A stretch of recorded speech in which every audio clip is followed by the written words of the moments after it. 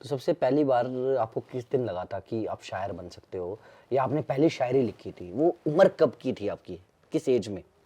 मेरे लिखने का शौक, दरअसल मैं बहुत ज़्यादा पढ़ा लिखा नहीं हूँ, ये बहुत सारे लोगों को शायद नहीं पता होगा, लेकिन मैं ये भी आपके ही प्लेटफॉर्म पे बता रहा हूँ। मैंने हाई स्कूल तक पढ़ाई की है और हाई स्कूल पास आउट नहीं हूँ मैं। मेरे स्कूल का नाम था Amarnath Dharampal inter college, high school मतलब 12th? 10th। 10th, okay. 10th पास नहीं किया क्योंकि पढ़ने में बहुत तेज था, ठीक था, बहुत अच्छा था कि मैं मैथ में बहुत तेज था मैं, क्योंकि मैथ में मैं हमेशा टॉप करता था, लेकिन किसी कारणवश पढ़ नहीं पाया, घर के हालातों को लेकर, चीज़ों को लेकर नहीं पढ़ पाया, तो मैं निकल गया। शायरी इंसान ना देखो वही लिख सकता है जो भरा हुआ हो, खाली गिलास से कभी पानी नहीं निकलता। बिल्कुल। जब भरा गिलास हो तो बूंद बूंद करके निकालोगे तो बहुत निकलेगा। समुंदर भरा है मेरे अंदर, कैसे बताऊं मैं चंद लफ्जों में अपनी कहानी। तो वो चीज़ें हैं। शायरी तो मैं हर रोज़ लिखता हूँ कुछ नया, ये सीखने के लिए कि कुछ तो नया होगा मेरी ज़िंदगी में। तो वो सारी चीज़ें हैं। मैंने बहुत सारी चीज़ें, जब मैंने पहली शायरी लिखी थी, मैंने उसमें बोला था कि तबाही की दहलीज पर आकर खड़े हैं, मत पूछो ये मंजर क्या है, बाहर से ज़रूर ठीक नज़र आते हैं, सच पूछो मेरे अंदर क्या है। निकलते नहीं बूंद भर आंसू भी, मेरी आंखों से ज़्यादा बंजर क्या है, और टूटे हुए सपनों का दर्द इतना गहरा है, मत नापो ये समंदर क्या है। बहुत तो बेहतरीन। ये सारी चीज़ें हैं, बहुत दुख झेले हैं, और कोई नई बात नहीं है, हर किसी ने दुख झेले हैं। आज मैं आपके पॉडकास्ट में कोई दुख वाली बातें नहीं करना चाहता, बस बातें करो। मैं ये चीज़ पूछना चाहूँगा, आपने जैसे हाई स्कूल नहीं किया, उसके बाद भी आप इंस्टाग्राम पे इतने फॉलोअर्स, और आपको देख के लग नहीं सकता कि आप हाई स्कूल, मुझे लगता है, मैं तो यही सोच के बैठा ग्रेजुएट हो गए, और अभी आप थिएटर भी कर रहे हो जैसे आपने बताया था। जी तो एजुकेशन कितनी मैटर करती है एक बच्चे की लाइफ में? हाँ, देखो ये बहुत, देखो ऐसा नहीं है, पढ़ाई कभी भी हो सकती है, लेकिन ज़िंदगी में अगर मैं कितने भी अच्छे मुकाम पे क्यों ना पहुंच जाऊं, और अभी मैं कितने भी अच्छे मुकाम पे हूं, लेकिन मैं वो चीज़ मिस करता हूं। एजुकेशन इतनी ज़रूरी है। पढ़ाई लिखाई ज़िंदगी का वो हिस्सा है।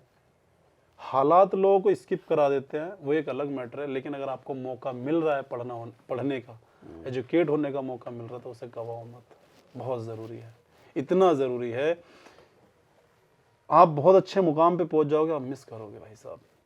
इसलिए सबसे पहले पढ़ाई पे ध्यान दो। अगर आपको मौका, आपको उस कैटेगरी में रखेगा कि आप पढ़ सकते हो, तो ज़रूर पढ़ो।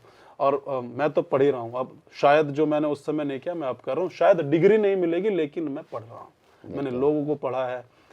किसी ने सही कहा है ना कि स्कूल की करी हुई गलतियां तो रबड़ से मिटा के माफ हो सकती है, जिंदगी की गलतियों को कैसे माफ करोगे? बिल्कुल, ये ज़माना बड़ा टेक्नोलॉजी वाला है। पहले चेहरे के ऊपर चेहरा होता था, अब चेहरे के ऊपर चेहरों के चेहरे होते हैं। आजकल चंद बातों से आप इंसान को नहीं समझ सकते। हम कभी कभी किसी से मिलते हैं, एक इमेज बना लेते हैं उसकी, अपने नज़रों में एक अपने दिमाग में एक मेमोरी छाप लेते हैं कि ये इस टाइप का इंसान है, लेकिन जब हम उसके साथ समय बिताते हैं, वो मेमोरी धीरे धीरे धीरे धीरे चेंज होती चली जाती है।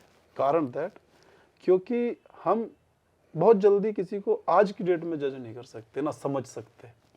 उसे समझने के लिए वक्त देना पड़ेगा, और वक्त जो देता है वो इंसान को समझता भी है और आगे बढ़ता है। तो ये चीज़ें रही हैं।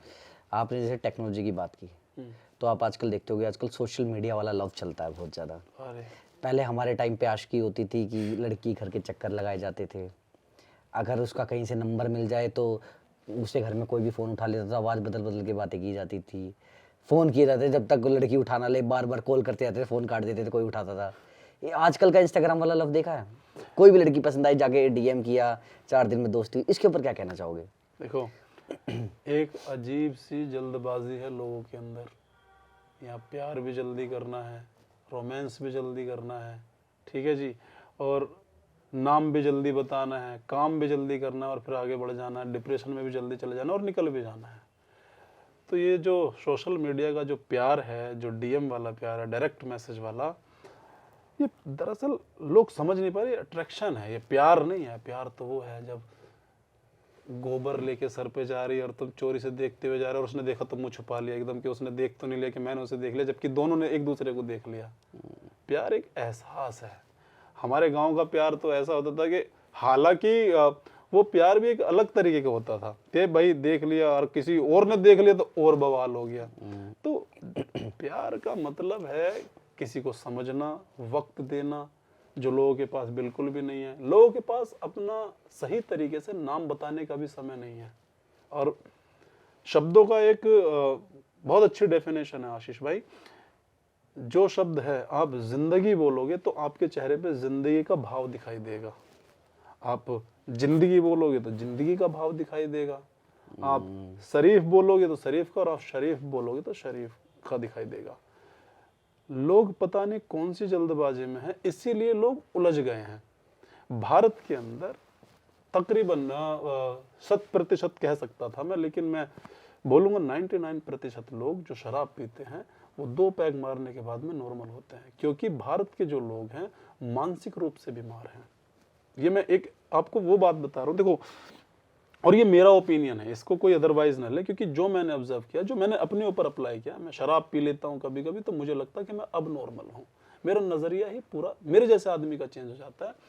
आज भी लोग ऐसे हैं जो लड़की मेट्रो जा रही है उसका पीछा करते हैं लड़के, आज भी ऐसे लोग हैं। मैं तो बहुत कई सालों बाद आज मेट्रो में बैठा हूँ, कई सालों मतलब सालों में बैठा हूँ मेट्रो में, क्योंकि अगर गाड़ी से आता या वैसा ड्राइव करके आता तो बहुत लंबा पड़ जाता, और शायद मेट्रो ज्यादा इजी, दिल्ली के ट्रैफिक के लिए मेट्रो ज्यादा बेटर है। क्या हुआ, आज भी ऐसे नजरिए वाले लोग, ऐसी सोच वाले लोग रहते हैं दिल्ली के अंदर, जो दिल्ली के अंदर बता रहा हूँ, जो लड़की एक जा रही है उसका पीछा कर लेते हैं आज भी। तो मानसिक रूप से रोगी हैं, जबकि कुछ होना नहीं है। वो लड़की मेट्रो में चढ़ जाएगी, वो चले घर चली जाएगी, लेकिन उसको तो अनकंफर्टेबल फील कराया ना, उसको तो बुरा फील कराया ना। तो देखो, तो ये जो प्यार है, ये सब आज की डेट में मैं नहीं मानता कि प्यार है, अट्रैक्शन है लोगों की, और इसे लोग हार्मोन्स कहेंगे, या फिर जो ये वेब सीरीज वगैरह है इनका असर ज़्यादा चढ़ गया है लोगों के ऊपर। और इस प्यार को वो जल्द से जल्द, जैसे जिसकी सुविधा, ओयो, होटल्स, घर, रेस्टोरेंट, गाड़ी, जैसे जिसकी सुविधा है वहाँ ले जाना चाहते हैं, और 2 दिन 4 दिन के अंदर नहीं होता तो प्यार बदल भी जाता है। बिल्कुल। तो यही आज का प्यार है, और ये सच है। पहले मुझे याद है हमारे टाइम पे अगर किसी लड़की का एक से ज़्यादा बॉयफ्रेंड होता था तो उसे अलग शब्दों से बोल दिया जाता था। किसी का पता लग जाए कि इस लड़की का यार इसका तो भी 6 महीने पहले ये था, अब ये है, तो उस लड़की को अलग ही नजरिए से देखा जाता था। हाँ, अलग नजरिए से देखा। आजकल आपने देखा होगा 8 बॉयफ्रेंड, लड़कियां आजकल ये रिज्यूमे में अगर लव का कोई रिज्यूम होता तो उसमें एक्स का एक कॉलम होता, और खुलेआम बताते भी हैं, सीना ठोक के, मेरे 4 रहे हैं। बिल्कुल ठीक है, सुनो, मेरे 4 रहे हैं, उसके वाले के साथ मेरा, उस वाले के साथ मेरा 2 साल चला, इसके वाले मेरे साथ ये चला, मेरे साथ ये चला, और फिर भी तेरे साथ देखती हूँ कितना चले, अगर चलेगा ठीक है फिर दूसरा बना लूंगी। तो अब ना लगता कि प्यार, अब इसको प्यार कैसे कह सकते हैं। सोशल मीडिया लव के लिए आपके पास कोई शायरी है कुछ अच्छी सी? देखो, सोशल मीडिया लव तो यही है भैया। देखो, मैं तो सिर्फ ये कहूँगा कि जब मिलो किसी से तो ज़रा दूर का रिश्ता रखना। ये सोशल मीडिया वाले, लव करने वाले सीने से लगा कर रुलाते बहुत हैं, याद रखना। क्योंकि ये जब मिलो किसी से तो ज़रा दूर का रिश्ता रखना, बहुत तड़पाते हैं अक्सर सीने से लगाने वाले। यही प्यार है और कुछ ना। सोशल मीडिया पे ब्रेकअप हो जाता है तो पैचअप भी मेरे हिसाब से, अगर लड़के ने आज ही मिला है, आज ही प्यार होकर गायब हुए हैं वो, तो फिर 2 दिन तक वो ब्रेकअप रहेगा, और जैसी फिर भूख लगेगी तीसरे दिन फिर आई लव यू चला जाएगा। तो ये सोशल मीडिया का प्यार है आज की डेट में।